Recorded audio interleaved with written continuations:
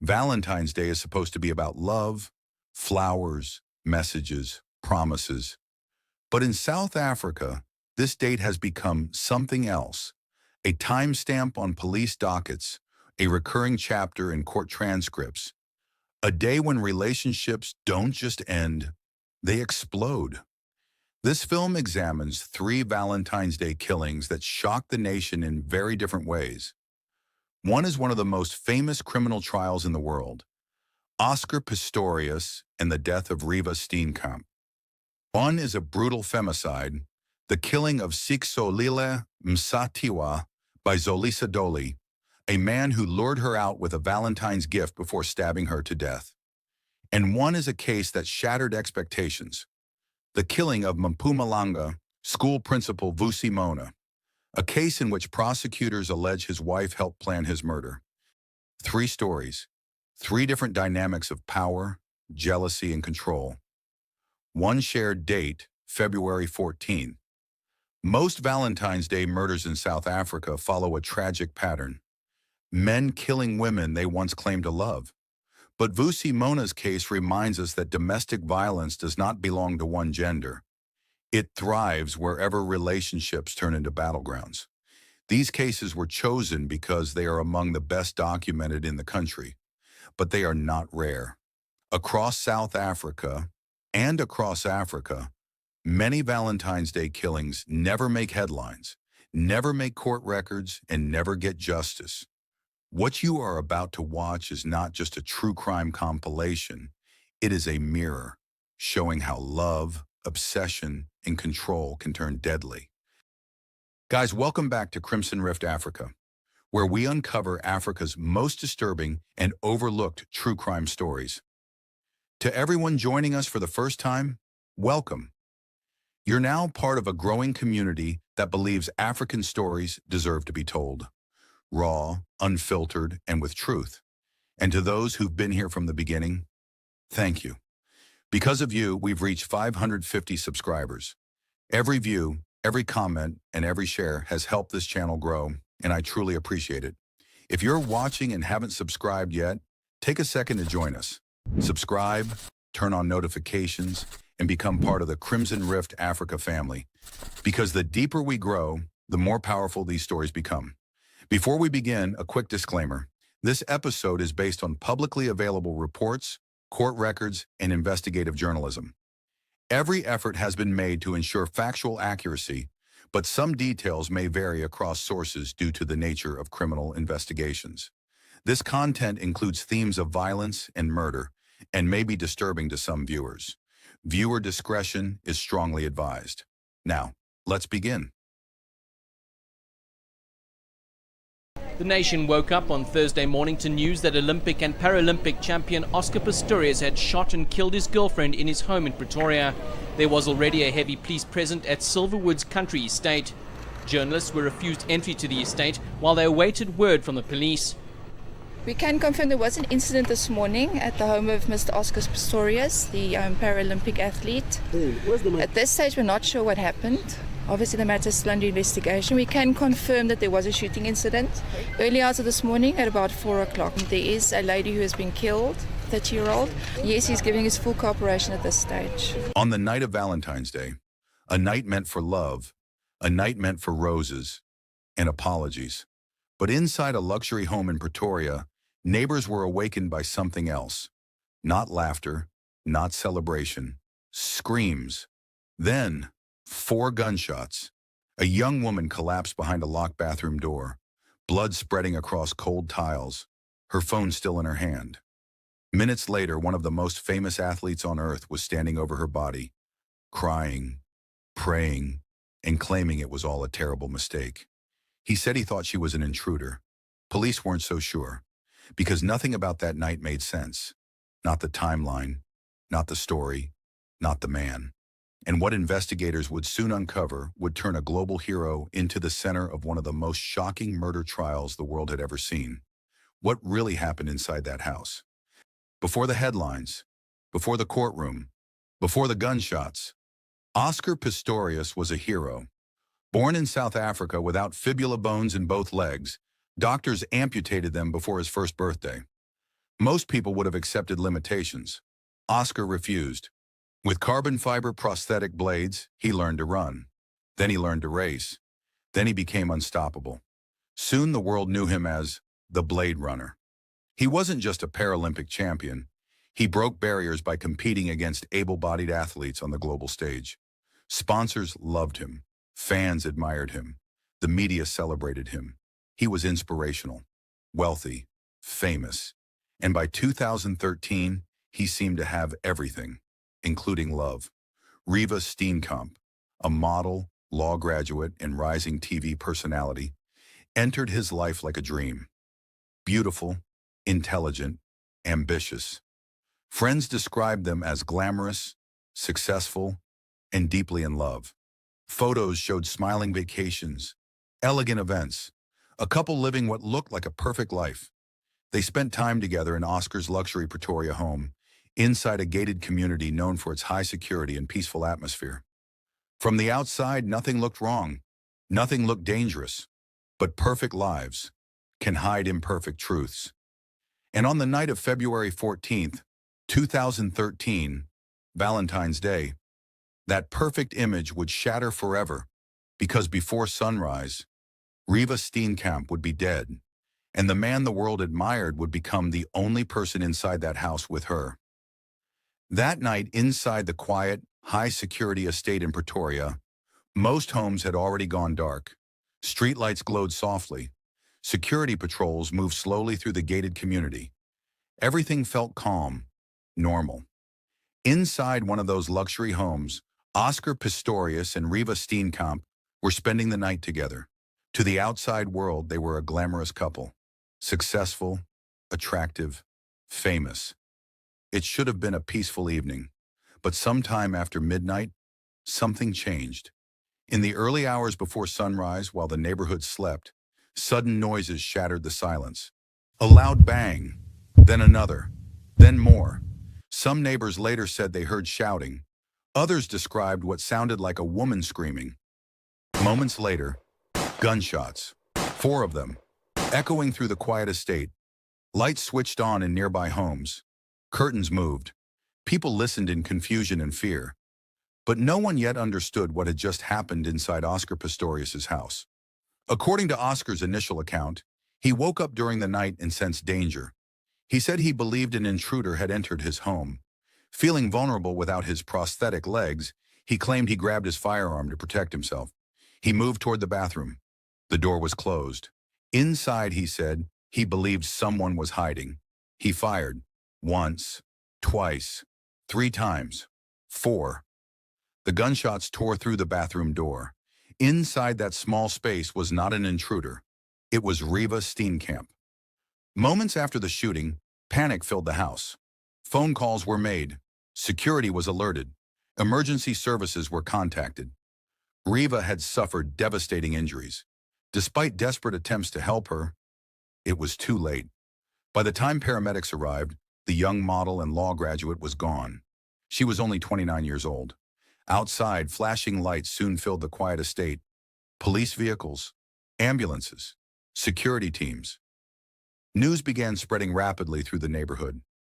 Someone had been shot inside Oscar Pistorius's home. Within hours, the story exploded across South Africa, then across the world. One of the most famous athletes on earth was now at the center of a deadly shooting. Early reports described it as a tragic accident, a possible home invasion gone wrong, a heroic athlete who believed he was protecting himself, a terrible misunderstanding. But as investigators began arriving at the scene, as cameras gathered outside the gated estate, and as details slowly emerged, a darker question began forming. What really happened inside that house in the early hours of Valentine's Day? Because the more police looked, the less it resembled a simple accident, and the more it felt like the beginning of something far more disturbing. At first, it looked like a tragic home invasion gone wrong. A terrified homeowner, a dead young woman, a locked bathroom door. Oscar Pistorius told police he believed an intruder had entered his home. He said he woke up in the early hours of the morning, heard movement in the bathroom, and feared someone was hiding inside.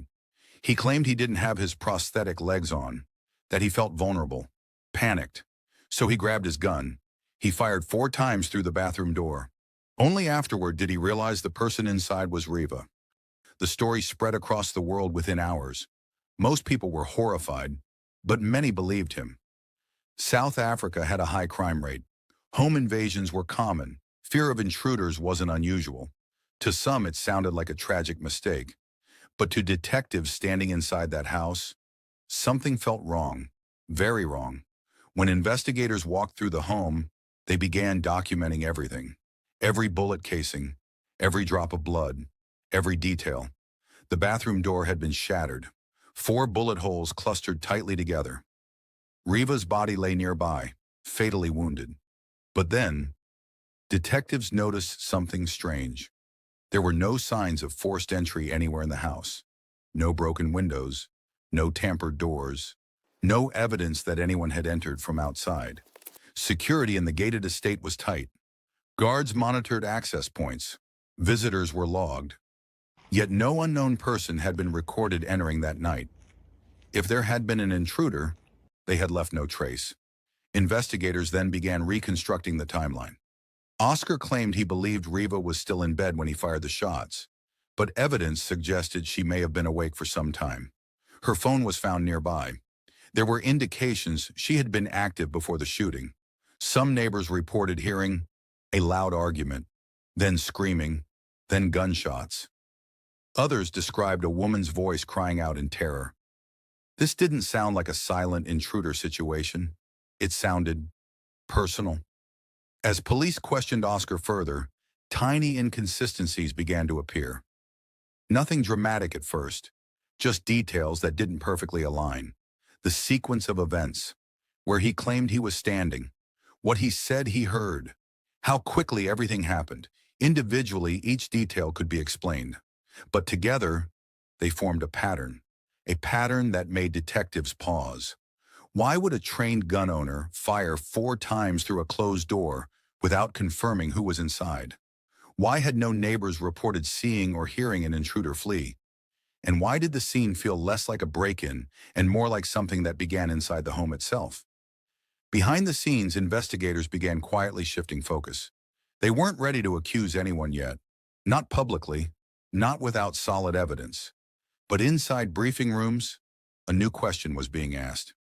What if this wasn't a home invasion at all? What if the danger had never come from outside? They re-examined the couple's relationship, their recent interactions, phone records, witness statements, every text message, every call, every movement that night was placed under a microscope. And slowly, the image of a random violent crime began to crack. Because sometimes the truth doesn't break down the door. Sometimes it's already inside the house. And soon investigators would take a step that shocked the world. They stopped looking for an intruder and started looking much closer to home. For days after the shooting, the world believed one story: a frightened man, a possible intruder, a tragic mistake. But behind police doors, that narrative was collapsing. Investigators had begun re-examining everything inside Oscar Pistorius' home. And what they found pointed in a direction few people expected. Detectives returned to the crime scene again and again. They reconstructed Oscar's movements, measured distances, studied blood patterns, analyzed bullet trajectories. What emerged didn't match a simple panic shooting. If Oscar truly believed an intruder was inside, why fire 4 precise shots through a locked door without identifying the person?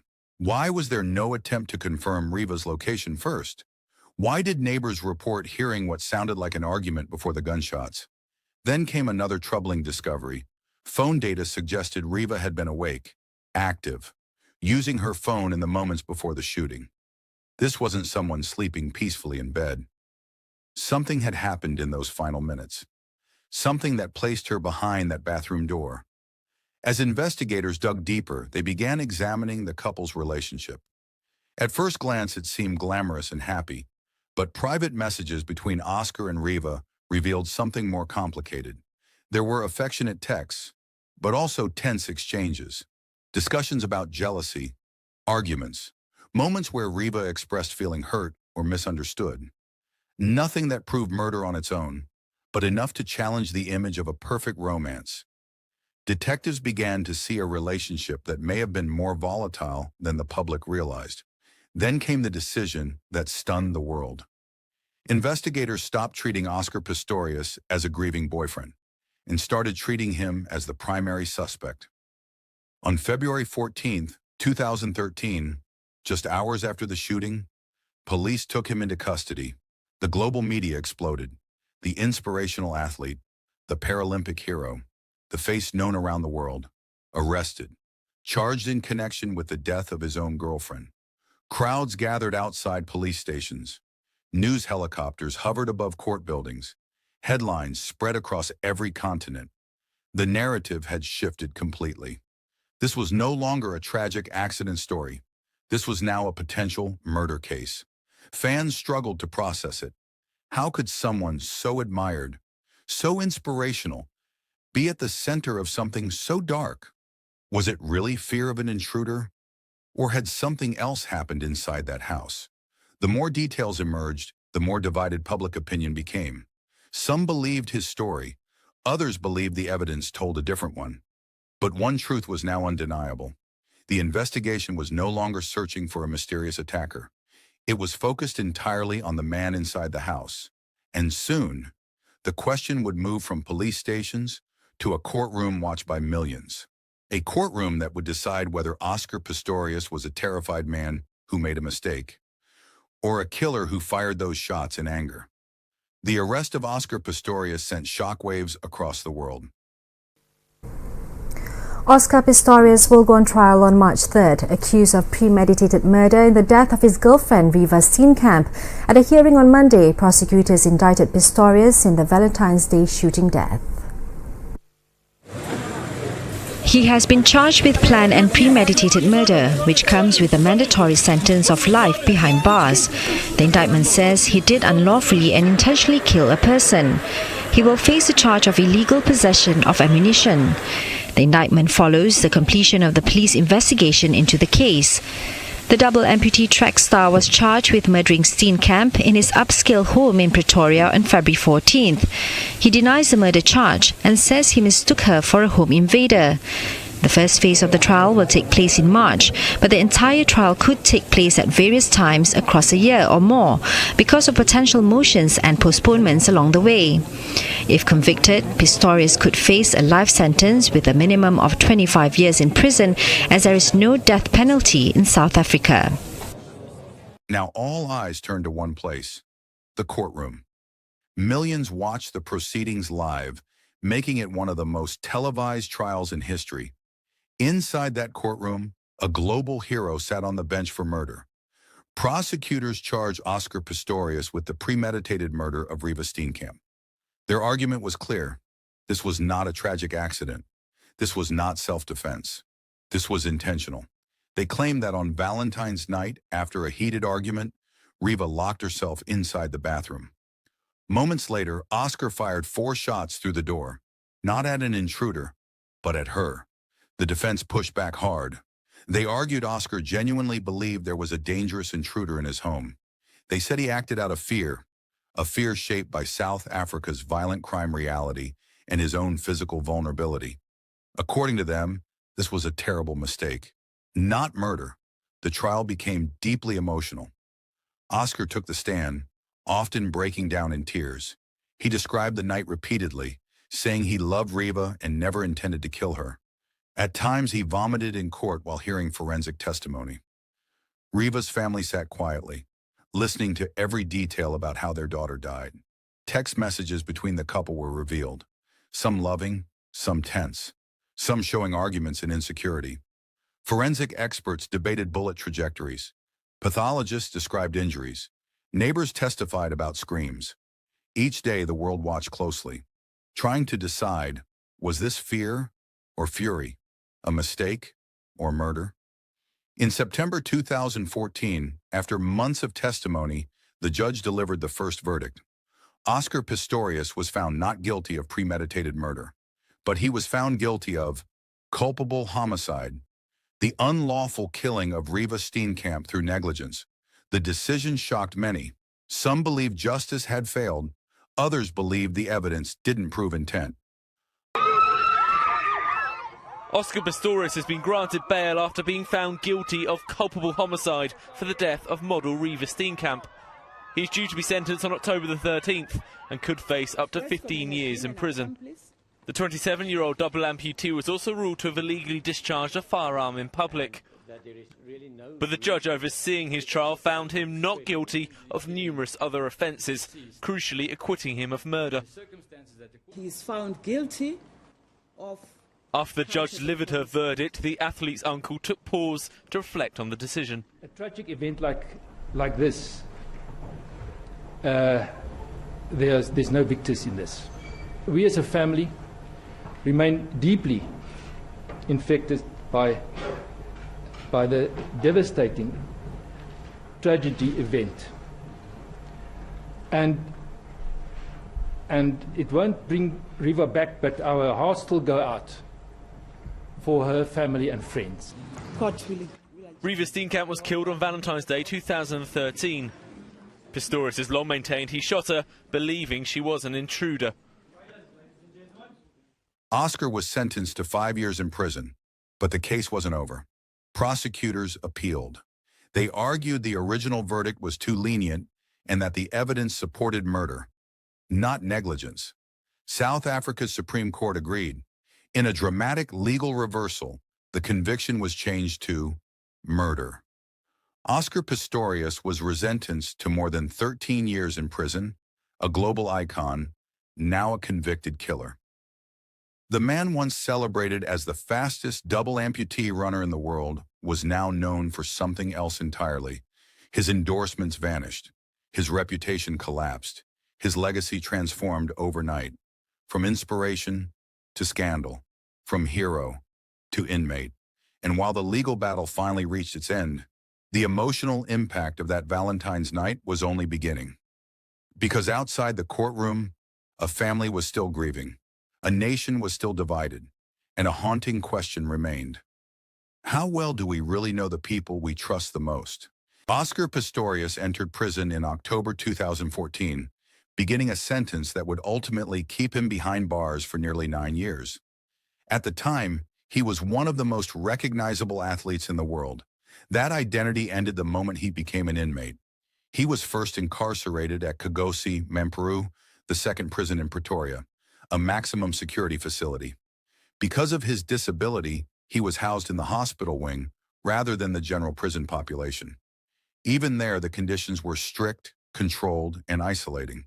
His daily life was governed by routine, surveillance, and confinement, far removed from the international stage he once occupied. South Africa's trial of the century is being followed by Oscar Pistorius's closely watched release from prison after he entered in October 2014. In October 2015, Pistorius was released to house arrest after serving 1 year of a 5-year sentence for culpable homicide. That freedom was temporary. In July 2016, after an appeals court upgraded his conviction to murder, he was sent back to prison. His sentence was later increased again in November 2017 to 13 years and 5 months, ensuring a much longer period of incarceration. Later in 2016, Pistorius requested a transfer from Vusi Mona II to Atteridgeville Correctional Center. The move was approved. Atteridgeville was not a maximum security prison and had been upgraded to better accommodate inmates with disabilities, including facilities such as bathtubs designed for accessibility. The prison placed greater emphasis on rehabilitation than punishment. At Atteridgeville, Pistorius lived a routine prison life. Reports indicate he worked as a cleaner, spent time in the prison library, and even drove a tractor around the prison grounds. Manual labor replaced elite athletic training. Fame offered no special status. He became, in every practical sense, an ordinary prisoner. Over the years, Pistorius participated extensively in rehabilitation programs. He completed mandatory anger management courses and attended more than 100 individual counseling sessions. During this period, he also became deeply involved in Bible study. Friends later described this as a significant spiritual experience that helped him cope with the psychological weight of incarceration and the long passage of time. In late 2021, Pistorius was temporarily transferred to a prison in Gqeberha, formerly Port Elizabeth. The purpose of this move was not disciplinary, but procedural. It was meant to allow him to take part in South Africa's restorative justice process, a required step for parole consideration. On June 22, 2022, Pistorius met face-to-face with Barry Steenkamp, the father of Reeva Steenkamp. The meeting took place behind closed doors, without media presence. Afterward, Barry Steenkamp stated that the family did not receive the truth they were seeking, as Pistorius continued to maintain that the shooting of Reeva Steenkamp was an accident. The emotional distance between accountability and forgiveness remained unresolved. As the years passed, public attention faded. Media coverage slowed. Debate cooled. Inside prison, Pistorius continued his routine, aging quietly while parole hearings came and went. His sentence, fixed at 13 years and 5 months, stretched on. On January 5, 2024, after serving more than half of that sentence, Oscar Pistorius was released on parole. Former athlete Oscar Pistorius has been released from prison on parole more than 10 years after killing his girlfriend and is now at home. The South African has served just over half of his jail sentence following a crime and trial that dominated international headlines. As we conclude, it's important to remember that at the center of this story is Reeva Steenkamp. Reeva was more than a name in a headline. She was a daughter, a friend, a woman with a future that was taken too soon. No sentence served, no release, and no passage of time can restore what her family lost. To the Steenkamp family, especially her parents, this story does not end with parole or prison gates opening. Their loss is permanent, their grief ongoing, and their search for truth deeply human. This documentary closes with that truth. While one life continued after prison, another was silenced forever. And that is the weight this case will always carry. And that brings us to the end of the Oscar Pistorius case, a story that began with inspiration and ended in tragedy. A global hero once celebrated for overcoming impossible odds, now remembered for a single night that changed everything. Reeva Steenkamp lost her life on a night meant to celebrate love. Her family lost a daughter. The world lost the illusion of a perfect story. And what remains is a haunting reminder. Sometimes the people we admire the most are the ones we understand the least. Fame doesn't reveal the truth about a person. Success doesn't guarantee control. And behind closed doors, no one truly knows what can happen.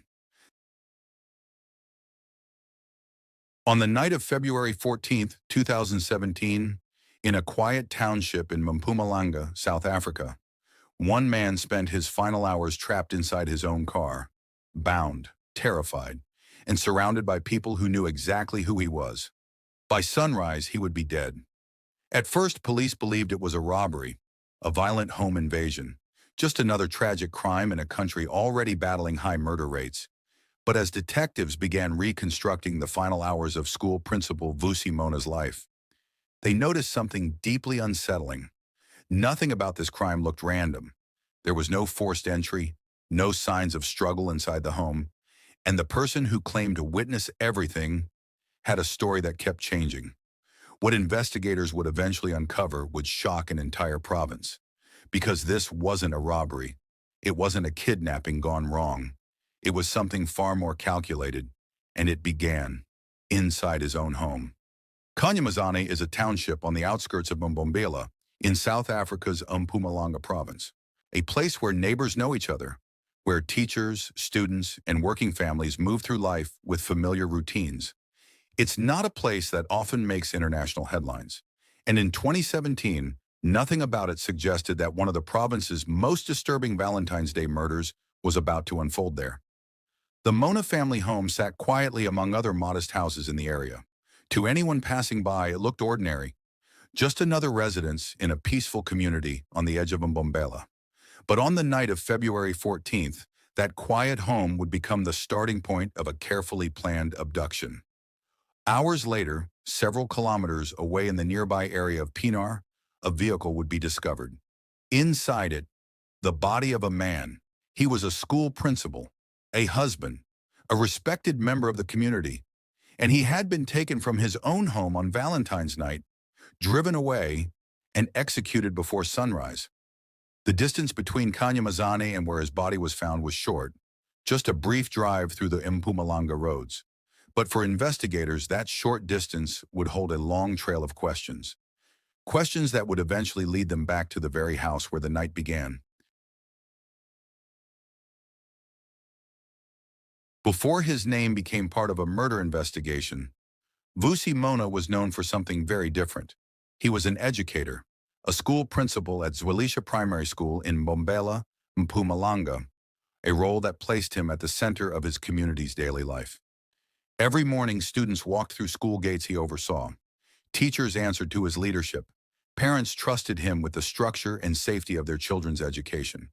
To many, he represented stability, discipline, order, the kind of man whose life followed a predictable rhythm. Those who knew him described him as calm and responsible, a professional who took his position seriously and carried himself with quiet authority. He wasn't known for drama, he wasn't connected to crime, and he wasn't living a life that suggested danger was anywhere near him. His world revolved around routine, school administration, community presence, home life. By all outward appearances, Vusi Mona lived the kind of structured, ordinary life that rarely attracts violent attention. A working professional, a husband, a man building stability through education and routine. He lived with his wife, Simangele Edith Shongwe, in Kanyamazane, a township on the outskirts of Mbombela, where neighbors recognized one another and daily life moved at a familiar pace. Their home sat among other modest houses, quiet, unremarkable, blending into the rhythm of the community. From the outside, Edith's marriage to Vusi appeared normal. There were no widely reported public disputes, no visible signs of conflict that reached the attention of neighbors or authorities. Just a couple sharing a home and moving through everyday life like countless others around them. Inside that house, evenings passed quietly. Workdays ended, doors closed. Life continued behind walls that revealed nothing to the outside world. To the people who knew him, there was no clear reason anyone would want Vusi Mona dead. No known enemies, no public threats, no obvious motive for violence, which is why, when news began to spread that he had been abducted and murdered on Valentine's Day, the shock moved quickly through the community. A school principal, taken from his own home, found dead inside his own car. It didn't make sense. At least, not yet. Because as investigators would soon discover, the answers to what happened on Valentine's night would not be found in his workplace or in the streets of Mpumalanga. They would lead somewhere much closer, back to the place he believed he was safest. Valentine's Day 2017 arrived quietly in Kanyamazane. As evenings settled over the township, homes lit up one by one. Couples prepared dinners, families relaxed indoors. The streets softened into the slow calm of night. Inside the Mona household, nothing publicly suggested that anything was wrong. There were no reported disturbances, no shouting, no visible tension that neighbors would later recall. From the outside, it was just another Valentine's evening in a quiet Mpumalanga community. But at some point during the night, that calm was broken. Vusi Mona was confronted inside his own home. What began within those walls moved quickly and with control. The kind of precision that suggested planning rather than chaos. There were no signs of forced entry, no broken doors, no shattered windows. Whoever entered that house that night had not needed to fight their way in. Within a short time, Mona was removed from the safety of his home and forced into his own vehicle. He was no longer in control of where he was going, no longer free to return, and no longer surrounded by the security he believed his home provided. As the night deepened, the vehicle moved away from Kanyamazane, out of the familiar township streets, toward darker, quieter roads leading to the nearby area of Pinar. Somewhere during those final hours, Mona was restrained, his movement limited, his situation fully in the hands of those who had taken him. Before his death, he was forced to withdraw money from his bank account, a detail that would later make the crime appear, at first glance, like a robbery, a kidnapping driven by cash, violence motivated by theft. But what happened next went far beyond robbery. Sometime before morning, Vusi Mona was shot. His life ended inside the very car he had been forced into hours earlier. His body was left behind, bound, abandoned in the darkness. While most of Mpumalanga slept through the night, A school principal lay dead inside his vehicle on a quiet road not far from home. By sunrise, Valentine's Day would be over, and what initially looked like a violent robbery would begin to draw the attention of investigators searching for answers. Morning broke over Mpumalanga on February 15, 2017. For most residents of Kenya Mazahani, it was just another day beginning. People preparing for work, children getting ready for school, routines continuing as they always had. But not far away, in the nearby area of PNR, a vehicle sat motionless. Inside it was the body of Vusi Mona. He had been shot, his legs bound, left inside his own car after the violence of the night before. The discovery quickly drew police to the scene. Officers began documenting everything: the vehicle's position, the condition of the body, and the evidence left behind in the stillness of the morning. At first glance, the case appeared to follow a grim but familiar pattern: a home invasion, an abduction, a forced withdrawal of money, a robbery that had escalated into murder. Given the circumstances, investigators initially worked under the assumption that Mona had been targeted by criminals looking for cash. The withdrawal from his bank account seemed to support that theory. So did the manner in which his body had been abandoned inside the vehicle. But as detectives began retracing his final hours, small details started to stand out. Details that didn't sit comfortably within the narrative of a random robbery. The first concerns emerged at the Mona home in Kenya Mazahani. Officers carefully examined the property, searching for signs of forced entry or struggle, anything that would confirm that armed attackers had violently entered the house. They found none. There were no broken locks, no damaged doors, no shattered windows, nothing to indicate that anyone had forced their way inside. For investigators, this raised an immediate and troubling possibility. Whoever entered that house on Valentine's night may not have needed to break in at all. Attention then turned to the timeline. Detectives began reconstructing the sequence of events leading up to the abduction, comparing statements, tracking movements, and looking closely at what had happened inside the home before Mona was taken. As they worked, inconsistencies began to surface. Certain details did not align with the physical evidence. Some aspects of the account of that night felt incomplete, and small elements of the story raised questions that could not easily be answered. What initially appeared to be a straightforward robbery started to feel more complicated, less random, more deliberate. During her interrogation, Judith told police that 3 unknown men had forced their way into their home on the night of Valentine's Day. She said it happened quickly. The men were aggressive. They demanded money. They overpowered her husband, Vusi Mona, and forced him outside before she could even react. According to her, the men then drove away with him in his own car, leaving her behind in shock. Judith described the incident as a violent home invasion, a robbery that spiraled out of control. She insisted she had no idea who the attackers were or why they targeted her family. At first, her story seemed believable, but detectives were trained to look beyond words. When they examined the house, they found no signs of forced entry, no broken windows, no damaged doors, no locks that had been tampered with. Nothing that suggested 3 armed men had stormed inside. That was the first crack in her story. Then they reviewed the security footage from the property. Instead of chaos, they saw calm movement. People entering and leaving in a way that didn't match the panic of a robbery. There was no frantic running, no desperate resistance, just controlled, deliberate motion. That was the second crack. Then there was Judith herself. On the footage, and in her behavior afterward, she appeared unusually calm. She was not hysterical. She was not frantic. She was composed, even as her husband had supposedly just been abducted. To investigators, this raised serious doubts. People react differently to trauma, but this level of calm didn't fit the story she was telling. Then a witness came forward. The witness told police that Judith had been seen with the very men who later took Vusi away. More than that, the witness said Judith was present when money was removed from Vusi's bag. This was no longer just a suspicious story. It was a direct contradiction. Now police believed something much darker was happening. The state's theory began to take shape. They believed Judith had not been a helpless victim. They believed she had been part of the plan. According to prosecutors, the men who took Vusi were not random criminals. They were working with someone inside the house, someone who knew his routine, someone who knew when he would be vulnerable, someone who was already with him. Police concluded that the robbery story was designed to mislead investigators. It was meant to explain away the lack of forced entry, to justify the missing money, to hide the true nature of the crime.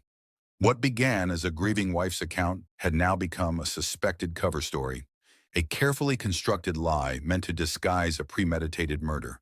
To police, the truth was becoming clear. This was not a robbery gone wrong. It was a setup, a betrayal, and a killing planned from inside the home itself. It's important to note, while Judith Shongwei was convicted, the three men who carried out the abduction and murder were never caught, charged, or brought to court. Their identities remain unknown. The deeper investigators looked, the more the focus of the case began to shift, away from unknown attackers in the darkness, and toward the events that had unfolded inside the house before the abduction ever began. Because if there had been no forced entry and no clear sign of struggle inside the home, then whoever was responsible for what happened to Vusi Mona may have been far closer to him than anyone first imagined.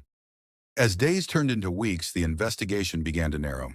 What first appeared to be a violent robbery carried out by unknown attackers no longer fully convinced detectives. Too many details pointed toward planning. Too many elements of the timeline felt controlled rather than chaotic. Investigators went back to the beginning, reconstructing Valentine's Day hour by hour. They examined movements, phone activity, statements, every known detail surrounding the final hours of Vusi Mona's life, and slowly a different picture began to form. This did not look like a spontaneous crime. It did not resemble a random home invasion carried out by strangers. Instead, the evidence suggested coordination, timing, familiarity with the victim's routine and home environment. The more detectives examined the case, the more one unsettling possibility took shape. The killing may have been arranged long before Valentine's night arrived. With that shift in perspective, the direction of the investigation changed. Focus moved away from searching for unknown criminals and toward identifying the person investigators believed had set events in motion. Then, weeks after the murder, police made their move. On March 31, 2017, Edith Shongwei was taken into custody. The arrest marked a dramatic turning point. The woman who had been seen publicly as a grieving spouse was now at the center of a murder investigation. For the community, the news landed with shock. Neighbors who had watched the story unfold as a tragic robbery now faced a far more disturbing possibility that the crime may have originated inside the very home where Mona had lived. For investigators, the arrest signaled that the case had crossed a critical threshold. They now believed the killing of Vusi Mona was not random, not opportunistic, but the result of a deliberate plan. As the case moved forward, it eventually reached the Mpumalanga High Court, where the final chapter of Vusi Mona's story would unfold. Inside the courtroom, prosecutors began reconstructing the events surrounding Valentine's Day 2017. What had once been described as a violent robbery was now presented as something far more deliberate. Evidence and testimony painted the picture of a killing that had been carefully arranged. Investigators detailed how the scene had been made to resemble a robbery and how the timeline of that night suggested planning rather than spontaneity. Each development in court pulled the case further away from the idea of a random attack and closer to a calculated act. The proceedings drew significant attention within Mpumalanga. A respected school principal had lost his life, and the circumstances surrounding his death revealed a level of betrayal that many in the community found deeply unsettling. Over time, the court examined the available evidence in the sequence of events leading up to the murder. The narrative that emerged described a crime set in motion long before the night it was carried out, a plan that turned an ordinary home into the starting point of a fatal chain of events. Then in 2020, the court delivered its final judgment.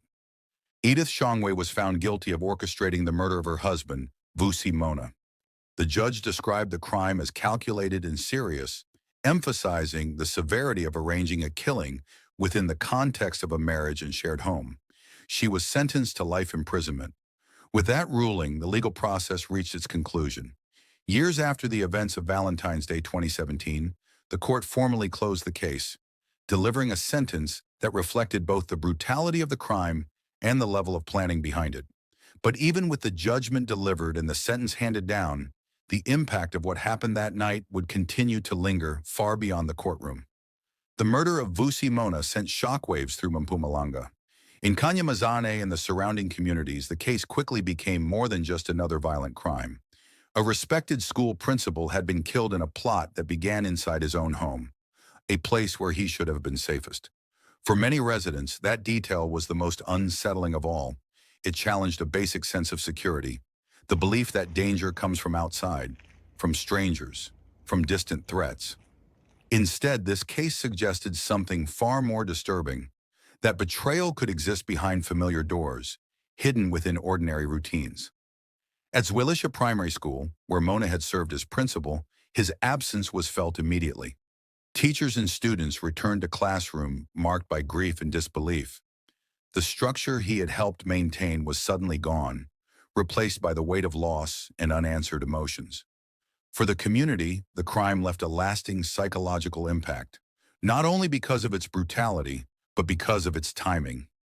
Valentine's Day and the date associated with love, trust, and partnership became permanently linked to betrayal and murder in the minds of many who followed the story.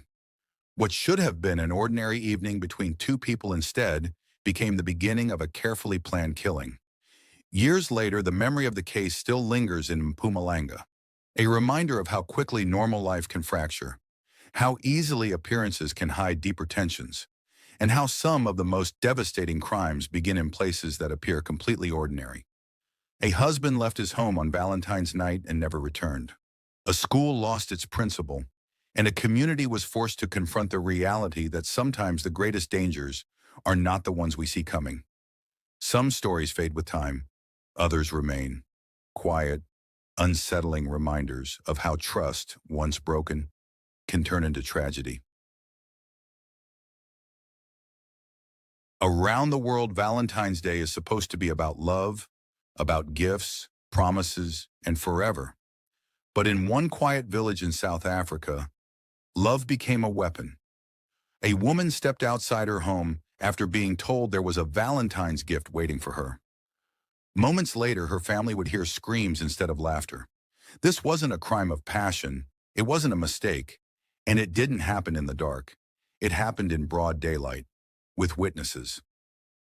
Tonight we tell the story of how romance turned deadly, and how February 14th became a date written in court records instead of love letters. South Africa is a country of deep contrasts. It is known for its cultural diversity, strong community ties, and a long history shaped by struggle, resilience, and survival. Family and relationships play a central role in social life and in many communities, especially outside major cities. People rely heavily on trust, familiarity, and shared responsibility. At the same time, South Africa carries one of the highest rates of violent crime in the world. Murder, assault, and gender-based violence remain persistent national concerns. While crime is often associated with large urban centers, some of the most serious and personal acts of violence occur far from cities, in rural areas where policing resources are limited and help can be slow to arrive. Gender-based violence is a particularly urgent issue. Intimate partner violence remains widespread, and many cases involve men known to the victims, husbands, boyfriends, or former partners. These crimes are rarely random. They are often rooted in control, jealousy, and social norms that discourage victims from speaking out or leaving abusive relationships. Culturally, Valentine's Day has increasingly become a visible event in South Africa, especially among younger couples. It is marked by expectations of romance, commitment, and public displays of affection. But behind these expectations, tension can exist, particularly in unstable relationships where jealousy and entitlement are present. It was within this national and cultural context that a murder occurred on February 14th, 2023. A crime that would draw attention not only because of its brutality, but because of what it revealed about intimate partner violence in South Africa. The investigation would lead to the Eastern Cape Province, a largely rural region characterized by long distances between villages and limited infrastructure. Families often live close to one another, yet emergency services can be far away. When violence occurs in these areas, It is often witnessed rather than recorded. On February 14, 2023, one village in the Eastern Cape became the center of a murder investigation that would later be heard in the High Court. That village is Msatywa in the Sixolile district. It is made up of scattered homesteads connected by dirt roads and footpaths. There are no streetlights, no CCTV cameras, and no private security. What exists instead is familiarity. People know each other by name, and strangers are easily noticed. The attack did not occur in a secluded area. It took place outside a family home, during daylight hours, with relatives nearby. This detail would later become significant in court, as it removed any uncertainty about where the crime happened and who was present. The woman at the center of this case lived in this homestead with her family. The man later convicted of her murder, Zolisa Doli, was not a stranger to them. He knew the area, he knew the household, and he was known within the community. What happened next would turn a quiet rural village into a crime scene and transform Valentine's Day from a symbol of love into a date forever associated with violence and loss. Very little about this case can be understood without examining the lives of the two people at its center. The woman who lost her life and the man who was later convicted of taking it. The victim, Sixolile, was 25 years old at the time of the attack in February 2023, placing her birth around 1997 or 1998. She was from the Eastern Cape province and lived at her family homestead in Msatywa village, within the Kobo area of the Sixolile district. She was raised in a rural community where family ties are strong and daily life is closely shared. She had at least one sister and other siblings, several of whom were present at the homestead on the day of the attack. At the time, she was in a relationship with a man she trusted. His name was Zolisa Doli. He was in his mid-30s, a resident of the Eastern Cape, and someone who was not a stranger to Sixolile's family or community. By all outward appearances, this was an intimate relationship, the kind built on familiarity, routine, and proximity. But behind closed doors, the relationship was strained. Court testimony would later reveal a pattern of conflict and control, the kind that often hides in plain sight. Like many cases of intimate partner violence, there were warning signs. To the court, Zolisa Doli would later be described as something else entirely. By early afternoon, Msatywa village was calm, no shouting, no disturbance, just the ordinary sounds of a rural homestead. Then Zolisa Doli arrived. He did not call her herself. Instead, he sent a young man, someone known in the area, to the house. The message was simple. Zolisa is outside. He says he has a Valentine's Day gift for you. There was no warning in those words, no urgency, no threat. It sounded like love. Trusting the message, she stepped out of her home. She did not walk into an argument. She walked into an ambush. The moment she emerged, the attack began. Without a confrontation, without a conversation, Zolisa Doli pulled out a knife and started stabbing her. She screamed. Her screams echoed through the homestead, sharp, desperate, unmistakable. Inside the house, her siblings heard her calling for help. They ran outside. What they saw would later be repeated in court again and again. Zolisa Doli was actively stabbing her, not once, not twice, over and over. She collapsed, bleeding heavily, still conscious, still screaming. Her sister rushed forward, trying to intervene. Instead of stopping, Doli turned his rage toward her. Knife in hand, he chased her, accusing her of encouraging the alleged betrayal. The sister ran. She did not look back. She survived because she was faster. Back at the scene, an elderly man passing nearby saw the attack unfolding. He intervened. That intervention broke the assault. Only then did Zolisa Doli stop. By the time the attack ended, she had been stabbed 18 times. Her body was covered in blood. She was barely alive. Family members gathered around her, panicked, trying to stop the bleeding, screaming for help. There was no ambulance waiting nearby. This was Msatywa, rural, remote, under-resourced. She was rushed to Butterworth Hospital in critical condition. As she was taken away, the violence still wasn't over. Later that same day, Zolisa Doli returned to the homestead. Witnesses say he demanded to know where she had been taken. When he was told she was in hospital, he reportedly said he was going there to finish her off. Doctors at Butterworth quickly realized the damage was extensive. 18 stab wounds, severe internal injuries, a body pushed beyond its limits. She was stabilized just enough to be transferred. An emergency referral was made. Sixolile Msatywa was moved to Frere Hospital in East London, where she was admitted to the intensive care unit. She was alive, but she was fighting for her life. And Valentine's Day, a day meant for love, had already done irreversible damage. While she lay in ICU, the man responsible was not in custody. He had fled. During this time, he returned to her home looking for her. Police had already opened a case of attempted murder based on eyewitness accounts from her siblings, neighbors, and the elderly man who intervened. Statements were consistent. The suspect was known. His identity was never in doubt. When told she had been taken to hospital, he stated that he was going there to finish her off. Then 1 week after the attack, on February 21st, 2023, she died. Hospital records confirm that she succumbed to complications arising directly from the stab wounds. Septicemia, organ trauma, no intervening cause, no ambiguity. At that moment, the charge changed. Attempted murder became murder. The search intensified. For 2 days after her death, Zolisa Doli remained on the run, moving through the Eastern Cape. With no surveillance systems and limited infrastructure in rural areas, evading police was possible, but not permanent. On February 23, 2023, he was arrested. He was still on the run at the time of his arrest. There was no confusion about why. Witnesses had seen him stab her. They had heard his threats. They had watched him flee. He was taken into custody and formally charged with murder, as well as assault with intent to cause grievous bodily harm for the attack on her sister. In April 2025, the High Court of South Africa sentenced him to life imprisonment for murder, with an additional 5 years for the assault on her sister. The sentences were ordered to run concurrently. In court, prosecutors would later describe the case as premeditated Valentine's Day femicide. Not a crime of passion, but a calculated act of intimate partner violence.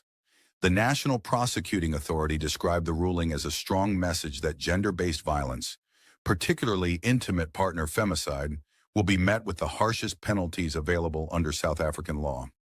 But in that moment, none of the legal language mattered to the family. She was gone.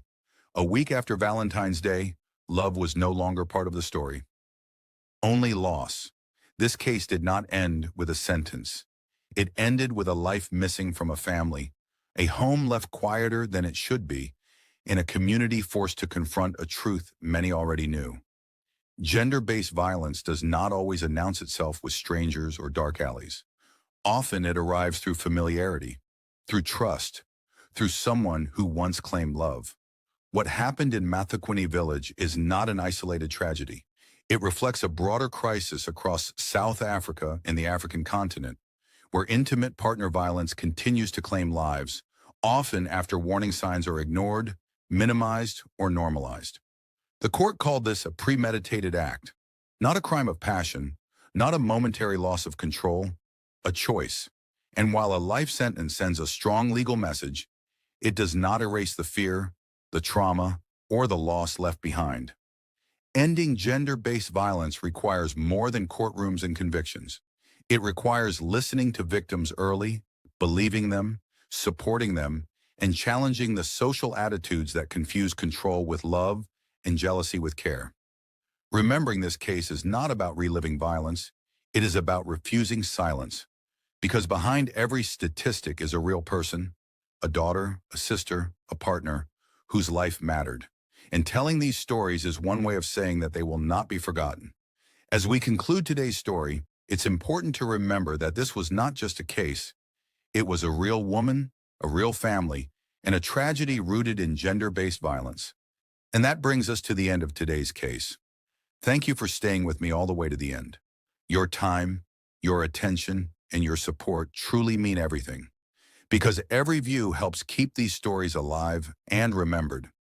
If this story moved you, shocked you, or made you think differently about the world around you, don't forget to subscribe, like, and share this video. It helps Crimson Rift Africa grow, and it allows us to continue telling the real, often overlooked true crime stories from across the continent. To our growing community, thank you for being here. And if you're new, welcome. You're now part of a space where African stories are told with depth, respect, and truth. Join the conversation in the comments. I read them all. Let me know your thoughts on this case and which story you want covered next. Until next time, stay safe, take care, and I'll see you in the next one.